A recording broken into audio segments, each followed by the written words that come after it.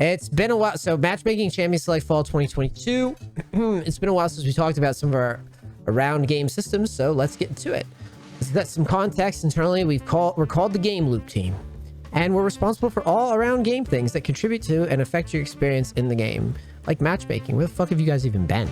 Champion Select and the various Summoner's Rift queue types you use to select the type of play you want. Overall, what we want to do is to give you fair matches, and after you hit enter or hit accept, give you the tools that prepare yourself for the game. First, let's get into updates. Revival MMR. This is what they talked about last time. Updates to calibrating the skill of players just getting back into the game rolled out in 12.16. Since then, we've seen a jump in returning player first game win rates from 44.5 to 48%, reaching 50% by game 10. Interesting. I don't really know what that really changed yet. Solo only mode. We're not currently planning to separate solo and duo parties in ranked. That's stupid, but whatever. While we still believe in the logic for why this could be a good idea, we first need to make sure that duo players have another place for compelling competitive experience.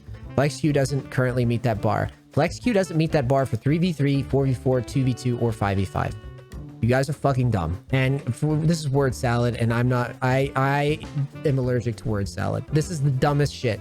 They're pretending that those other things are successful when they're not. They're clearly not. Otherwise, you could just have people competing to be pros in the friggin' client on a 5v5 scale. There's nothing for teams at all, period. 2v2 to 5v5. Who the hell are you trying to fool? Anybody that has like basic reading comprehension, isn't terminally stupid, would be able to read this and realize that that's a dumb point. But before I rage too much about that, I'm just going to move on. Reevaluating our Summoner's Rift queue portfolio. Related to the above bullet, this is something we're interested in digging into going next year. Specifically, we think there's a lot of untapped potential in the spaces blind pick and normal draft are serving, which, by the way, a big proportion of players queue up for today. Not everyone plays ranked. Well, pause, because this is only pertaining to NA, because Korea, for example, does not even have a draft pick at all. So how about, instead of bullshitting everybody and saying that normal draft are serving some sort of focus right now, how about we just get rid of the normal draft and we focus more on making blind pick the for fun mode, kind of like what you do over there, and stop trying to make NA players seem like they're casual players, but like never actually give them competitive stuff that ships on the other regions. That might be a good idea, but I don't know. I'm just an angry content creator that happens to be playing in China and Korea right now. Role parity matchmaking improvements. In 12.6, we made changes to matchmaking to put additional emphasis on matching players by position preference in ranked and solo queue, or solo duo. In other words, trying to match primaries against primaries, secondaries against secondaries, and autofills against autofills. Sounds good to me. These changes have been successful, increasing the total number of games with role parity around 15 to 30%, depending on region. In other words, you're less likely to be playing secondary top against 800 game Ribbon Maid. Good choice. Very good choice. Probably explains some of the queue time disparities that happen randomly, like where a queue just spikes up crazily. It makes sense. Rank-based matchmaking adjustments. Side effect of using visible rank to define fair matchmaking is after the initial ranked rush, returning players, late season starters, and smurfs end up matched together frequently. It's because they all have significantly mismatched MMR and visible rank, whereas everyone else is already stabilized. In 12.17, we made tweaks to more quickly accept differences based on visual rank. Makes sense. Trying to reduce the smurf queue bullshit. Makes sense. Now the more fun stuff. Good. We're exploring several updates to Champion Select functionality that we will think will upgrade the experience in ways that haven't been touched in a while. Optimistically, we'll be getting these out by the end of the year. Champion Select anonymity. Today, a lot of players use external websites and third-party apps that provide all sorts of information about their teammates. With this information, players are drawing conclusions that aren't necessarily correct and pressuring their teammates into things they may not want to do. We think the best version of League is not one where you metagame based on players in your lobby, weigh who's on a win-loss streak, or playing a different champion, and dodge or pressure others to dodge when their setup doesn't meet perfect conditions. We're still thinking about the details of implementation here, but our starting project is to likely hide all summoner names in Champion Select for ranked and duo. I literally have been campaigning for this. How many years have I used these exact same points verbatim? Literally no need to be able to data mine your teammates in Champ Select. Creates hostile Champ Select environments. In the event you're matched with the same losing teams from last game, further inflames tension. It's not right. It's a team game, and you shouldn't be able to skew the matches based on these little like data points that you get to pull in Champ Select. I mean, I'm happy they're doing it now, but I've used these exact same points for years. Why did they wait so fucking long? You should be able to opt out of sites like op.gg and all those. If players can't see names, if players can't judge others based on their stats and all that, people will have to focus on the game. At the end of the day, it's not what League should be about, right? Like, I'm happy they're doing it. I really am, truly. It's like, why did they... I use the insane... I use the verbiage. This is crazy. Anyways, to expand on this point, we recognize that there are legitimate reasons that someone might need to dodge a lobby, but there are a lot that aren't being done in good faith. Majority aren't being done in good faith. Majority. They could sit here and, because this is perception right here. This is PR at work.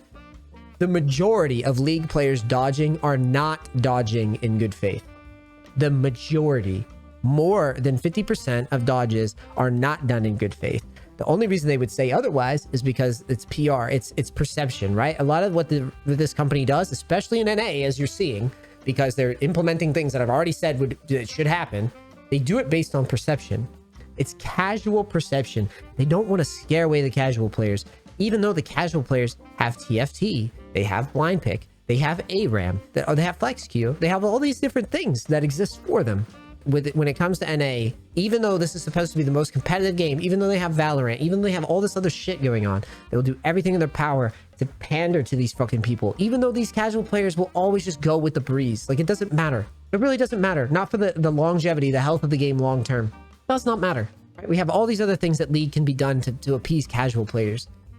So most of the dodges are being done in bad faith. Most of the players that dodge don't even know what a good comp is. I'm sorry, they don't. Most of the players that dodge, it should just be focusing on playing their champions better instead of dodging shit. It's just facts. How many times do I tell clients to dodge in coaching because of comps? I'm going to give you a hint. Almost never. And guess what happens in most of the coachings? The clients win. Almost always. Especially the lower elo ones. Unless they're just hard choking or like failing to follow directions. Just amateur way of viewing data and just probability odds. Like, it's so stupid. Pick order swapping.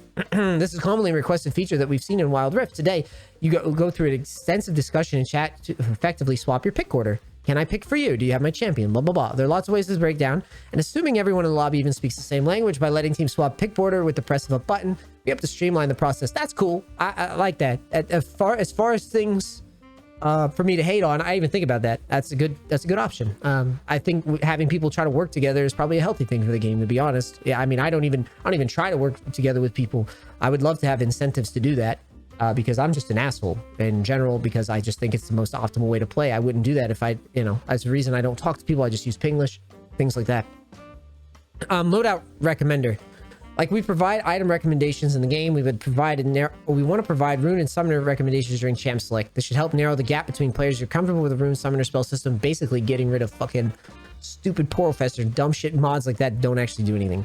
We want to reduce barriers to entries, ensure players have the best possible experience, blah, blah, blah, blah, blah. Got it. That's it for now. One criticism, guys. Why does it take level 10 to get smite? If you're doing all this, talking about reducing skill gap between players. Why can't I get smite at level 1? How stupid. Other than that, I think I've owned this rundown. And I think I'm pretty happy though. It sounds like I'm super hateful. I'm bitter because I am annoyed that it was like a press of a button, a flick of a switch, and apparently there's a team called the Game Loop team, which might as well be the Fruit Loop team. I've never heard of these people. And apparently they've just been sitting here for years, just collecting paycheck stealers. These guys, but at least they're finally earning a paycheck by doing things that should have been done literally 3 or 4 years ago. I am happy with it and I want to see it. And I don't want you guys to think that I'm not. I just think it's very funny that they're literally using the same language that I was using to describe why there should be no data mining in a fucking champ select lobby. Wow, it took him so fucking long. So there you go. What do you guys think? If it goes to YouTube, what do you guys think of the comments? I am pleased with this. And you know what? I'm gonna attack it right now. I'm just gonna say out loud, Lil Nas X is save League, because as soon as he started showing up, they started like making changes, I guess. Because anybody with a brain, even somebody who doesn't play League, could see that people data mining was fucking bad for the game. There's a reason you can't data mine people in poker anymore. It's the same thing, except League was like infinitely more toxic than poker. People chase people around their streams and harass them over how bad they are at the game. It's not good for the game. It's not. Even if I want to yell at people, I shouldn't be able to see them either. Why should I be able to see that support main decided to play a different chat? It's just gonna tilt me. I just mental blocked myself.